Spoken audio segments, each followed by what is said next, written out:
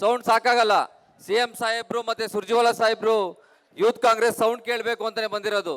ಬೋಲೋ ಭಾರತ್ ಮಾತಾ ಕಿ ಒಂದೇ ಒಂದೇ.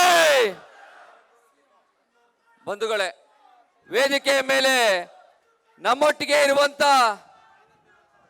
ಮಾನ್ಯ ಮುಖ್ಯಮಂತ್ರಿಗಳಾದಂಥ ಸಿದ್ದರಾಮಯ್ಯ ಸಾಹೇಬ್ರೆ ಹಾಗೂ ರಾಜ್ಯ ಉಸ್ತುವಾರಿಗಳು ಎಐಸಿಸಿಯ ಪ್ರಧಾನ ಕಾರ್ಯದರ್ಶಿಗಳಾದಂಥ ಸುರ್ಜಿವಾಲ ಸಾಹೇಬ್ರೆ, ಅಭಿಷೇಕ್ ದತ್ ಸಾಹೇಬ್ರೆ,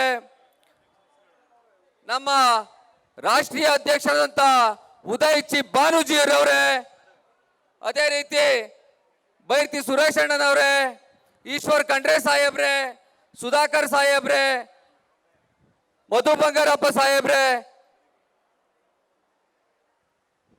ಎಲ್ಲ ನಮ್ಮ ಶಾಸಕರು ಸಚಿವರು ವೇದಿಕೆಯಲ್ಲಿ ಎಲ್ಲರ ಹೆಸರು ತಗೊಂತ ಇಲ್ಲ, ಸಮಯ ವಿಳಂಬ ಆಗಿರೋದ್ರಿಂದ. ಬಂಧುಗಳೇ, ಈ ಒಂದು ನೀಟ್ ಪರೀಕ್ಷೆಯಲ್ಲಿ ಬರೆದ ನಂತರ ಎಕ್ಸಾಮ್ 3ನೇ ತಾರೀಕು ಆದ್ರೂ ಕೂಡ ನಂತರ ಪೇಪರ್ ಲೀಕ್ ಮಾಡಿದಂತ ಯಾರು ಕಿಡಿಗಳಿದ್ದಾರೆ, ಯಾರು ಮಾಫಿಯಾ ಇದ್ದಾರೆ, ಮೊದಲು ಅವ್ರಿಗೆ ಗುಂಡಿಕ್ಕಿ ಕೊಲ್ಲುವಂತ ಕೆಲಸವನ್ನ ಸರ್ಕಾರ ಮಾಡಬೇಕು ಅಂತ ಹೇಳಕ್ಕೆ ಇಚ್ಛೆ ಪಡ್ತೇನೆ. ಕಾರಣ ನಮ್ಮ ಭವಿಷ್ಯದ ಯುವಕರನ್ನ ಕೊಲ್ಲುವಂತ ಕೆಲಸವನ್ನ ಮಾಡಿದಂತ ಆ ಕಿಡಿಗೇಡಿಗಳನ್ನ ಅವರನ್ನ ಶಿಕ್ಷಿಸಿ ಗಲ್ಲಿಗೇರಿಸುವಂತದ್ದು ಅಥವಾ ಗುಂಡಿಕ್ಕಿ ಕಲ್ಲುವಂತ ಕೆಲಸವನ್ನ ಮಾಡಬೇಕು. ಯಾಕಂತಂದ್ರೆ ಲಾಸ್ಟ್ 10 ವರ್ಷದಲ್ಲಿ 2016ರಿಂದ ಇಲ್ಲಿವರೆಗೂ ಕೂಡ 89 ಬಾರಿ ಪೇಪರ್ ಲೀಕ್ ಆಗಿದೆ. ಅಂದ್ರೆ ಕೇಂದ್ರ ಸರ್ಕಾರಕ್ಕೆ ವಿದ್ಯಾರ್ಥಿಗಳ ಮೇಲೆ, ಯುವಕರ ಮೇಲೆ ಆಸಕ್ತಿ ಇಲ್ಲ.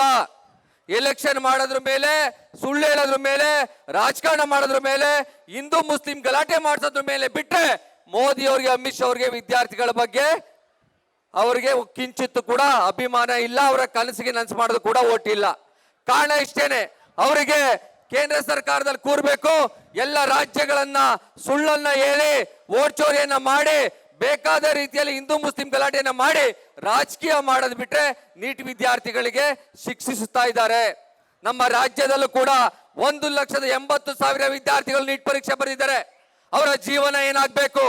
ನಾವು ಈ ವೇದಿಕೆ ಮುಖಾಂತರ ಯೂತ್ ಕಾಂಗ್ರೆಸ್ ಇಂದ ಕೇಳಕ್ಕೆ ಇಚ್ಛೆ ಪಡ್ತೇನೆ, ತಾವು ಎಲ್ಲೆಲ್ಲಿ ಯಾವ ರಾಜ್ಯದಲ್ಲಿ ನೀಟ್ ಪರೀಕ್ಷೆ ಪೇಪರ್ ಲೀಕ್ ಆಗಿದೆ ಅವರಿಗೆ ರಿಎಲೆಕ್ಷನ್ ಮಾಡಿ, ಎಕ್ಸಾಮ್ ಮಾಡಿ, ನಮ್ಮಲ್ಲಿ ಮಾತ್ರ ಉತ್ತೀರ್ಣರಾಗಿರೋರನ್ನ ರಿಸಲ್ಟ್ ಅನ್ನ ಕೊಡಿ ಅಂತ ಕೇಂದ್ರ ಸರ್ಕಾರಕ್ಕೆ ಮತ್ತು NTA ನಾನು ಕೇಳಕ್ಕೆ ಇಚ್ಛೆ ಪಡ್ತೇನೆ. ಇಲ್ಲ ಅಂತ ಅಂದ್ರೆ ಇಲ್ಲಿವರೆಗೂ ಕೂಡ 4 ಜನ ಸೂಸೈಡ್ ಮಾಡ್ಕೊಂಡಿಲ್ಲ ವಿದ್ಯಾರ್ಥಿಗಳು ಮನನೊಂದು. ಇದರಿಂದ ಇನ್ನೂ ಎಷ್ಟು ಜನ ಕೊಲೆ ಮಾಡುವಂತ ಕೆಲಸವನ್ನ ಕೇಂದ್ರ ಸರ್ಕಾರ ಮಾಡಕೊಟ್ಟಿದೆ. ಇದ್ರ ವಿರುದ್ಧ ಬೃಹತ್ ಹೋರಾಟವನ್ನ ಮೊದಲನೇ ದಿನದಿಂದನೂ ಕೂಡ ಯೂತ್ ಕಾಂಗ್ರೆಸ್ ರಾಜ್ಯದಲ್ಲಿ ಮಾಡ್ಕೊಂಡ್ ಬಂದಿದೆ. ಇಲ್ಲಿವರೆಗೂ ಕೂಡ 22 ಜಿಲ್ಲೆಗಳಲ್ಲಿ ಈ ಒಂದು ಪ್ರೊಟೆಕ್ಷನ್ ಕೂಡ ನಾವು ಮಾಡಿದ್ದೀವಿ. ರಾಷ್ಟ್ರಾದ್ಯಂತ ಪ್ರತಿ ರಾಜ್ಯದಲ್ಲೂ ಕೂಡ ಇದೇ ರೀತಿ ಬೃಹತ್ ಪ್ರತಿಭಟನೆಯನ್ನ ಮಾಡೋದಕ್ಕೆ ನಾವು ಹೊರಟಿದ್ದೀವಿ. ವಿದ್ಯಾರ್ಥಿಗಳ ಪರವಾಗಿ ರಾಜ್ಯ ಸರ್ಕಾರ ಯಾವಾಗಲೂ ಕೂಡ ರೆಡಿ ಇದೆ. ಈ ಒಂದು ನೀಟ್ ತಂದದ್ದು ಕೂಡ ನಮ್ಮ ಮನಮೋಹನ್ ಸಿಂಗ್ ಅವರು 2010ರಲ್ಲಿ ಈ ಒಂದು ಕಾಯ್ದೆಯನ್ನ ತಂದ್ರು, ಈ ಒಂದು ಚಲಾವಣೆಯನ್ನ ಮಾಡಿದ್ರು. ಕಾರಣಾಂತರಗಳಿಂದ 2016ರಿಂದ ನೀಟ್ ಸ್ಟಾರ್ಟ್ ಆಯ್ತು. ಇದನ್ನ ಉಳಿಸ್ಕೊಳ್ಳೋದಕ್ಕೆ ಕೇಂದ್ರ ಸರ್ಕಾರ ರೆಡಿ ಇಲ್ಲ. ಹೀಗಿರುವಂತಹ ಆಧುನಿಕತೆಯಲ್ಲಿ ನಮ್ಮ ಕ್ವಶನ್ ಪೇಪರ್ ಲೀಕ್ ಆಗ್ತವೆ ಅಂತಂದ್ರೆ ಇನ್ನೆಷ್ಟು ಬೇಜವಾಬ್ದಾರಿ ಇದ್ದಾರೆ ಅಮಿತ್ ಶಾ ಅವರು ಮತ್ತೆ ಮೋದಿ ಅವರು ಅಂತ. ಮೋದಿ ಅವರು ಮೆಲೋಡಿ ಕೊಡ್ತಾರೆ ಚಾಕ್ಲೇಟ್ ಅನ್ನ ಫಾರಿನ್ ಪ್ರಧಾನಮಂತ್ರಿಗಳಿಗೆ. ನಮ್ಮ ವಿದ್ಯಾರ್ಥಿಗಳಿಗೆ ಕ್ವಶನ್ ಪೇಪರ್ ಲೀಕ್ ಅನ್ನ ಮಾಡಿಸಿ ನೀವು ಫಾರಿನ್ಗೆ ಹೋಗಿ ಚಾಕ್ಲೇಟ್ ಕೊಡುವಂತ ಕೆಲಸವನ್ನ ಮಾಡ್ತಾ ಇದ್ದೀರಾ.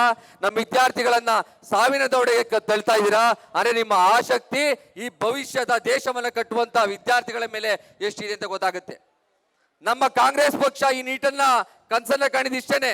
ಒಬ್ಬ ಹಳ್ಳಿ ಹುಡುಗನು ಕೂಡ ಒಂದೇ ಕ್ವಶನ್, ದಿಲ್ಲಿಯಲ್ಲಿರೋನು ಕೂಡ ಒಂದೇ ಕ್ವಶನ್, ಒಂದೇ ರೀತಿಯ ಸ್ಪರ್ಧೆ ಇರಬೇಕು, ಎಕ್ಸಾಮು ಒಂದೇ ದಿನ ನಡಬೇಕು, ಒಂದೇ ಕ್ವಶನ್ ಇರಬೇಕು, ಒಂದೇ ಕ್ವಶನ್ ಪೇಪರ್ ಇರಬೇಕು ಅಂತ. ಆದ್ರೆ ಏನಿದು ಕೇಂದ್ರ ಸರ್ಕಾರ ಬಂದ ನಂತರ ಇಲ್ಲಿವರೆಗೂ ಕೂಡ 17 ಜನ ಸೂಸೈಡ್ ಮಾಡ್ಕೊಂಡಿದ್ದಾರೆ. ಅಂದ್ರೆ ಎಷ್ಟು ಸಲ ಕ್ವಶನ್ ಪೇಪರ್ ಆಗಿದೆ ಅಷ್ಟು ಸಲ ಕೂಡ. ಅಂದ್ರೆ ವಿದ್ಯಾರ್ಥಿಗಳನ್ನ ಲೆಕ್ಕಕ್ಕೆ ಇಟ್ಕೊಳ್ತಾನೆ ಅವ್ರ ಇಷ್ಟ ಬಂದಂಗೆ ಅದನ್ನ ಮಾಫಿಯಾದವರಿಗೆ ಕೊಟ್ಟಿರುವಂತದ್ದು ಮೋದಿ ಮತ್ತೆ ಅಮಿತ್ ಶಾ ಅವರು. ಇದನ್ನ ನಾವು ಖಂಡಿಸ್ತೇನೆ. ಯೂತ್ ಕಾಂಗ್ರೆಸ್ ನಾವು ಯಾವತ್ತೂ ಕೂಡ ವಿದ್ಯಾರ್ಥಿಗಳ ಪರವಾಗಿ, ಯುವಕರ ಪರವಾಗಿ ನಿಂತೇ ನಿಲ್ತೇವೆ. ನಾವು ಮುಖ್ಯಮಂತ್ರಿಗಳು ಕೂಡ ಕಾಂಗ್ರೆಸ್ ಪಕ್ಷಕ್ಕೆ ಧನ್ಯವಾದವನ್ನ ಹೇಳ್ತೇವೆ. ಯಾಕೆ ಅಂತ ಅಂದ್ರೆ ಮುಖ್ಯಮಂತ್ರಿಗಳು ಸಾಹೇಬರು ಮತ್ತು ಉಪಮುಖ್ಯಮಂತ್ರಿಗಳಾದಂಥ DK ಶಿವಕುಮಾರ್ ಸಾಹೇಬರು ಯುವಕರಿಗೂ ಕೂಡ ಇಲ್ಲಿ ಓದ್ತಾ ಇರುವಂತ ಯಾರು ಡಿಪ್ಲೊಮಾ ಮತ್ತೆ ಡಿಗ್ರಿ ಮಾಡಿದರೆ 1,500 ರೂಪಾಯಿ ಮತ್ತೆ 3,000 ರೂಪಾಯಿನ 2 ವರ್ಷ ಕೊಡುವಂತ ಕೆಲಸವನ್ನು ಮಾಡಿದ್ದಾರೆ. ಅಂದ್ರೆ ನಮ್ಮಲ್ಲಿ ಎಷ್ಟು ವಿದ್ಯಾರ್ಥಿಗಳಿಗೆ ಯುವಕರಿಗೆ ಸಪೋರ್ಟ್ ಮಾಡುವಂತ ಕೆಲಸವನ್ನ ಕಾಂಗ್ರೆಸ್ ಸರ್ಕಾರ ಮಾಡ್ತಾ ಇದೆ ಅನ್ನೋದಕ್ಕೆ ಒಂದು ಸಣ್ಣ ಉದಾಹರಣೆ. ಈ ಒಂದು ಕೆಲಸವನ್ನ ಮಾಡ್ತಾ ಇರುವಂತ ಎಲ್ಲ ನಮ್ಮ ಯುವ ಕಾಂಗ್ರೆಸ್ ಬಂಧುಗಳಿಗೆ ಅವರ ಸಪೋರ್ಟ್ ಇಂದ ಈ ಒಂದು ಪ್ರತಿಭಟನೆ ನಡೀತಾ ಇದೆ. ಧನ್ಯವಾದ ಹೇಳಕ್ಕೆ ಇಚ್ಛೆ ಪಡ್ತೀನಿ.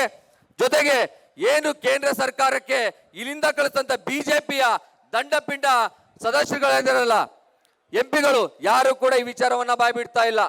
ಎಕ್ಸಿಟ್ ಪೋಲ್ ತೇಜಸ್ವಿ ಸೂರ್ಯ ಬಾಯ್ಬಿಡ್ತಾ ಇಲ್ಲ. ಮೈಸೂರು ಮಹಾರಾಜನ್ನ ಎಂಪಿ ಮಾಡಿದ್ರು, ನಾನು ಜನಗಳ ಜೊತೆ ಬರ್ತೀನಿ, ಜನಗಳ ಜೊತೆ ಇದ್ದೀನಿ ಅಂತ ಆಚೆ ಬಂದ್ರು. ಅಣ್ಣ ಆಚೆಗೆ ಬರ್ತಾ ಇಲ್ಲ. ನಮ್ಮ ಯೂತ್ ಕಾಂಗ್ರೆಸ್ ಅವರು ಆಫೀಸ್ ಹತ್ರ ಹೋದ್ರೆ ಅರೆಸ್ಟ್ ಮಾಡಿಸ್ತಾರಂತೆ, ಪೊಲೀಸ್ನವರಿಂದ ಆಚೆ ಹಾಕ್ಸ್ತಾರಂತೆ.